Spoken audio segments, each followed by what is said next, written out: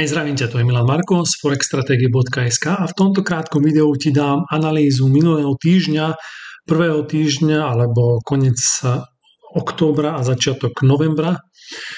A tiež ti vysvetlím krátku stratégiu, ktorú popisujem v mojej novej knihe, a to je obchoduj tam, kde sú iní tradery vystopnutí. A prečo o tom hovorím práve teraz? Pretože v tomto minulom týždni a v tomto pondelok, utorok a dnes sa vyskytlo pár takých obchodov, ktoré som obchodoval.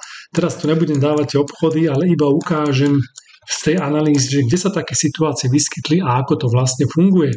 Takže zoberme si hneď pondelok, to bolo ešte 30. októbra, takže zoberme si, že ideme ďalej a pozri, tu hneď vidíme okamžite nejaké kanály, áno, že napríklad dáme si, ako vždy si dávam na začiatku tieto vodorovné línie a tam tu vidí, že toto bola odporová línia a tu sa z nej stala podporná línia, veľmi krásne.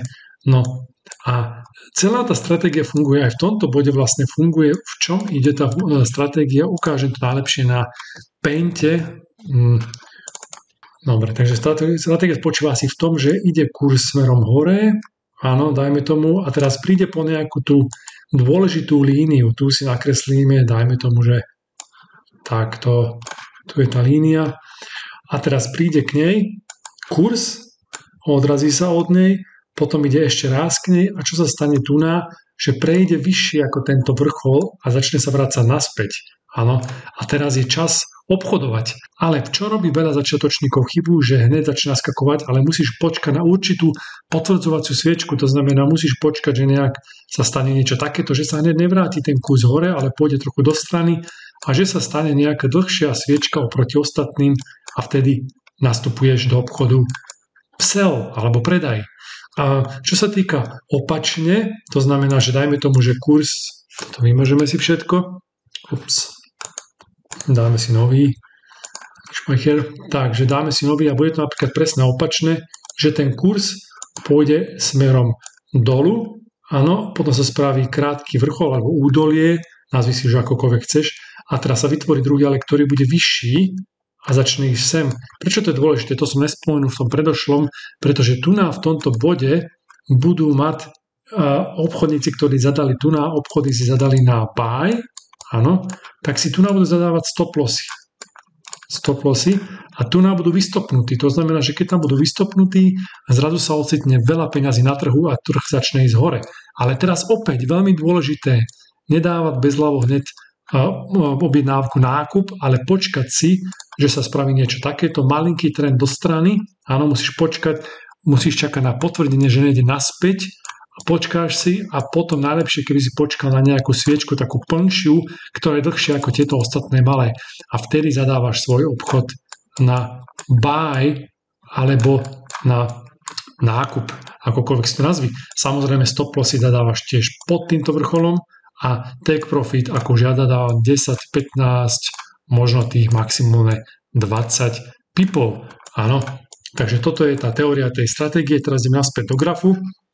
A vidíš, tu som si dal a teraz kde to pekne funguje, pozri, toto máš presne tú reakciu, tu si, dajme tomu, že si bol na začiatku tu dal si sem líniu podpornú a tá línia bola, pozri, presne narazila do tohoto bodu, keď ideme naspäť, takže tá línia bola relatívne dôležitá, to je kurz 1,052 a teraz, keď sa dotkla tejto línii tu dolu, áno, druhýkrát sa snažila preťať, skúšala silu tejto línii, išla naspäť a teraz si počkáme na tú dlhú líniu alebo na bočný, to je niečo, a tu nás sme mohli naskakovať a samozrejme niekde do tohoto, takže tu by sme mali tých 14 bodov, krása. A stop loss my sme dávali síce veľký, tých 5, dajme tomu, že potiaľ to po túto sviečku nejakých 33 bodov, ale tu je pravdepodobnosť profitu veľmi, veľmi vysoká. A pozrieme sa, že on naozaj ide veľmi hore, áno. A hľadáme ďalší taký obchod, taký podobný, kde sa to mohlo stať. Vidíš, tu sme napríklad mohli dať tiež takto líniu, áno, ale tu ďalej sa nič také nevyskytlo, takže nie je to relevantné, ale pozri, tu na to ide hore a tu presne to isté. To znamená, že dáme si tu na líniu, tu vystoplo ľudí a teraz sa počkáme na potvrdzovaciu sviečku. Vidíš, toto je perfektný príklad, že neprišla tá potvrdzovacia sviečka, to znamená, že to necháme tak, zrušíme to Nemá to tú silu. Ideme ďalej a tá situácia sa vyskytla presne tu dajme tomu, že sme v tejto situácii. Vidíš, že táto línia zase je veľmi silná, pretože tu sa otáčal trh a ideme ďalej. A tuto boli opäť vystopnutí všetci títo tradery, ktorí mali tu na objednávku na buy a my nastupujeme až kedy? Až po tejto sviečke, možno až po tejto. Tých 10, 15 bodov, 12 bodov, super. To stačí úplne, lebo už je noc aj tak. Takže toto bol krásne, také 2-3 obchody, kde sa to dalo obchodovať. Aj tu sa mohlo, ale tu je to skoro rovnaké. Tu sa mohlo obchodovať v tom, že sa vytvorili dve údolia, áno, a počkali sme si na tú potvrdzovaciu sviečku niekedy alebo tuto opäť 12 bodov sa dalo spraviť profit, tu začala noc, počkáme si, čo sa stane, tu je opäť veľmi vysoká pravdepodobnosť, že trh pôjde opäť hore, ale samozrejme, ako každé video, všetko má iba naučný charakter. Takže zhruba toľko k tomu, k tej stratégii, tam, kde sú iní vystopnutí. Ak máš akékoľvek otázky, napíš do komentárov. Ak máš záujem o privátny coaching, napíš mi e-mail na mojej stránke forexstrategie.sk alebo ak máš záujem o moju Forex Akadémiu, kde tieto všetky stratégie vysvetľujem. To je asi všetko na dnes, na túto analýzu. Prajem ti príjemné a úspešné obchodovanie. Tu je Milan.